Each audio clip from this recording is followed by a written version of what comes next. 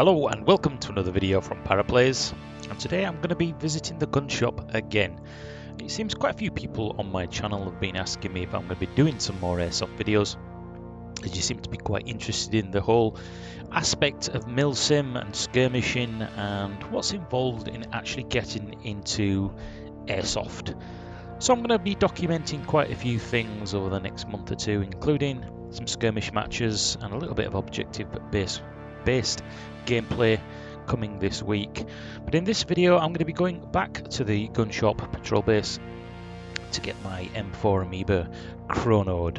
And for those of you who are not quite sure what that means, it means they can check how many joules I'm actually firing these pellets at, and I need to make sure that I'm within legal range, which is currently 350 on burst fire. So if my weapon is under this or it's too hot, these guys can adjust it with springs, and I'll show you the whole process of what they did to my M4 to make it legal. So let's jump onto the range, get it chronoed, and find out whether I need a new spring or whether it needs reducing. Is it 350 site legal for UK? So you've got any weapon that is shooting semi and full auto, it's 350 FPS. Yep. Most sites. When you go down to locked to semi-auto only, most sites will then let you run at 400, but there might be a minimum engagement distance. So there might be a 20 metre safety distance because you're running a higher powered rifle. You don't need that one, but yeah. Yeah, that's it. And you've also got a 500 FPS limit for bolt action guns, but you might run an even larger engagement distance, so it might be like a 25 metre engagement distance. We're going to do a chrono test. Effectively all we're doing is we're measuring the speed the BB comes out the barrel. Right. Then when we know the weight of the pellet, we know the speed, that gives you a joulage or an energy rating. Okay. So when we shoot through the chrono, we will get... So we're getting around 86, 87 metres per second. When we translate that, what is that? Works out at 282, between 282 and 285 feet per second. So that's well low. So that's safely under. So you could take that up to 350, or you could go even further, lock it to single and go to 400. It's just a matter of what setup's going to work best for you. I do like the burst, 3-round burst. Yeah. Best thing to do is take it up a little bit closer to 350. Right. And that's easy. Would that be a reason why don't shoot that far and it is dipping down? Could that be? It's not so much. I've got to get used to from shooting real rifles to remember that these things are not going to go as far as because these things are so underpowered compared to a real rifle. Effectively, what they do, they have a setup in here which is called a hopper unit. Yeah. Basically, what it does, it's a rubber tab that presses down into the barrel, and as the BB comes past it, it puts backspin onto the BB. Got so you. As it comes out the barrel, so more backspin, it's going to go up, less down. More backspin, more pretty curves. Got you. So you've got the ability to adjust how much backspin you want to put on. Got you. So you can use this little wheel to line up and down, and that will adjust how much backspin your gun has, which will affect. Now I will admit I had a little twist to that, but I don't know how far you would need to twist it in order to be able to get in it, because obviously the range I was shooting at was probably half this length again, maybe, and it was definitely curving down quite a lot. As you rotate the wheel down, it increases the hop up on this model. How much is it? Like one full rotation? I mean, I was moving it just like a little. Yeah, you've got one basically to go from no hop up to full hop up. You've got one full rotation of the wheel. Oh, I won't do it enough then. Yeah. See how it shoots. You can see that actually dipping slightly there. So I want a little bit more. Hop that mother. Give it a little more.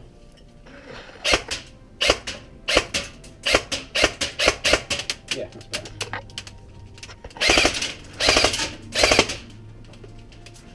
Now what's surprising to me is I was actually shooting a biscuit tin with bricks in it, right? And it was like, I was finding it was going pa-ding, pa-ding. I thought, God, it's so weak. I got to biscuit tin, there were dents in it. Yeah, it's... So I was actually quite surprised that even though it don't look like they're moving that fast, they do sting. There was quite a, sting some. Yeah, I know, I shot myself in the foot with a pistol as a tester, limping around like a knobhead for about 10 minutes. Yeah, barefoot. Right, so in order to increase it, does that mean it's a new spring, or what's the actual procedure then to add more juice to it? On this one, it's all based around the spring, which is in this top section there behind a plastic piston. Yeah. And effectively what you do on this model is you undo this nut, remove the stop tube, and then there's a nut in the back which you undo, slide out your spring and slide in a new spring. So it's not a matter of, I was thinking it was, if you imagine the screw. Yeah. I was imagining it was almost like you would turn one end, you know, to add more tension. It doesn't work like that. No, it's basically there's a piston at the front. Yeah. And then there's a spring behind, and as the gearbox rotates, it pulls the piston back and releases it backwards and forwards. So these are the springs, and as you can see, there is the rating on here. So it's probably going to be a 90 or possibly a 110, but trimmed down a little bit so that we can get to that magic 350. Really simple on the quick change spring models. All we have to do, pull off stock, and these are similar in assembly to a proper AR. So undo the back nut, and that will allow us to undo the stock tube. Just making sure that we keep the wire out of the way. And that whole thing will unscrew. And that then gives us access to the back of the gearbox. But if you can help, that's great. I've got Mr. Townend out there, just been waiting. Cool. Very long So time for this piston. all we have to do a little bit. So James has just said, cannibalise the parts from this, and then we'll repair this one as and when we can. Undo that, and it gives us access to a little Allen key Dave's just got there. in the back. Turn, and that brings out the guide rod and the spring. So that's the stock spring. That's doing about 280, 290 feet per second at the moment. It's quite easy to compress. So we'll change that out to a heavier duty spring. To the beast. We'll pop the beast in and see what that gives us. Half turn, and there we go. We'll do a re-chrono now. You see, it might be a little bit warm, but we'll have a look. Yes, we are. Currently, that's given us 403.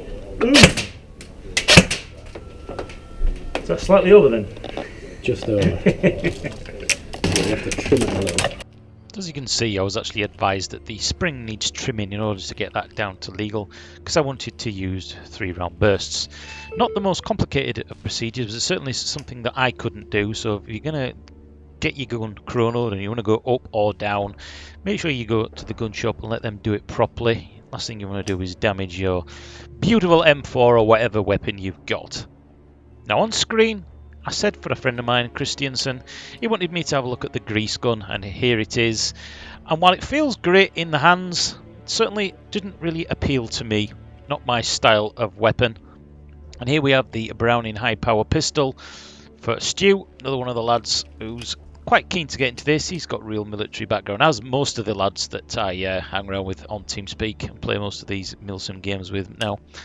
So I can tell you now, Stu, it felt absolutely fantastic did this. It was really, really heavy. In fact, it looks chrome, looks the tits as well. Even the magazine or the clip was really heavy, and I was told it was 1-to-1 weight, 1-to-1 replica, because it was licensed. Here you've got, I think, if I remember rightly, is this the Smith & Wesson? Is it the 58? I can't remember. I don't think it's the Dirty Harry 44 Magnum. But again, just amazing. They feel fantastic, and this is, of course, the infamous Luger. So if you've got a fetish for any type of gun or period of weapon, you can probably get it. And hats up for the first person who can tell me what this is. Old school, you have the opportunity. If you want to get into period stuff, they were telling me they had some, is it black powder muskets and things like that in. But of course, that sort of thing is very niche within an already niche market. The AUG was amazing. I'm probably going to get one of these in the future to go on my gun rack. Brilliant. Felt really, really good.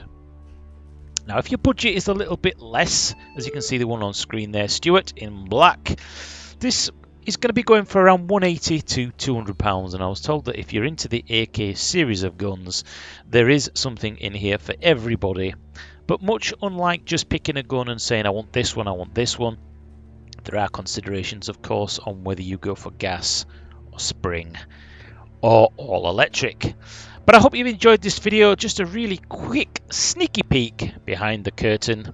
And I shall be giving you some more updates on my clothing that I'm going to be wearing and some detailed feedback on the first objective-based, skirmish, team-based game coming this weekend, which I will be uploading. So let me know if you appreciate this video and you want to see some more. I certainly will do some more, including probably a video on my Tokyo Marui PS4 pistol, and I may even do a video on the webbing and tack vest and things like that. Anyway, I've been Paraplates. I shall see you in another video going real soon. Thumbs up, subscribe. Can I get to 3,500? Well, I can only ask. Bye-bye.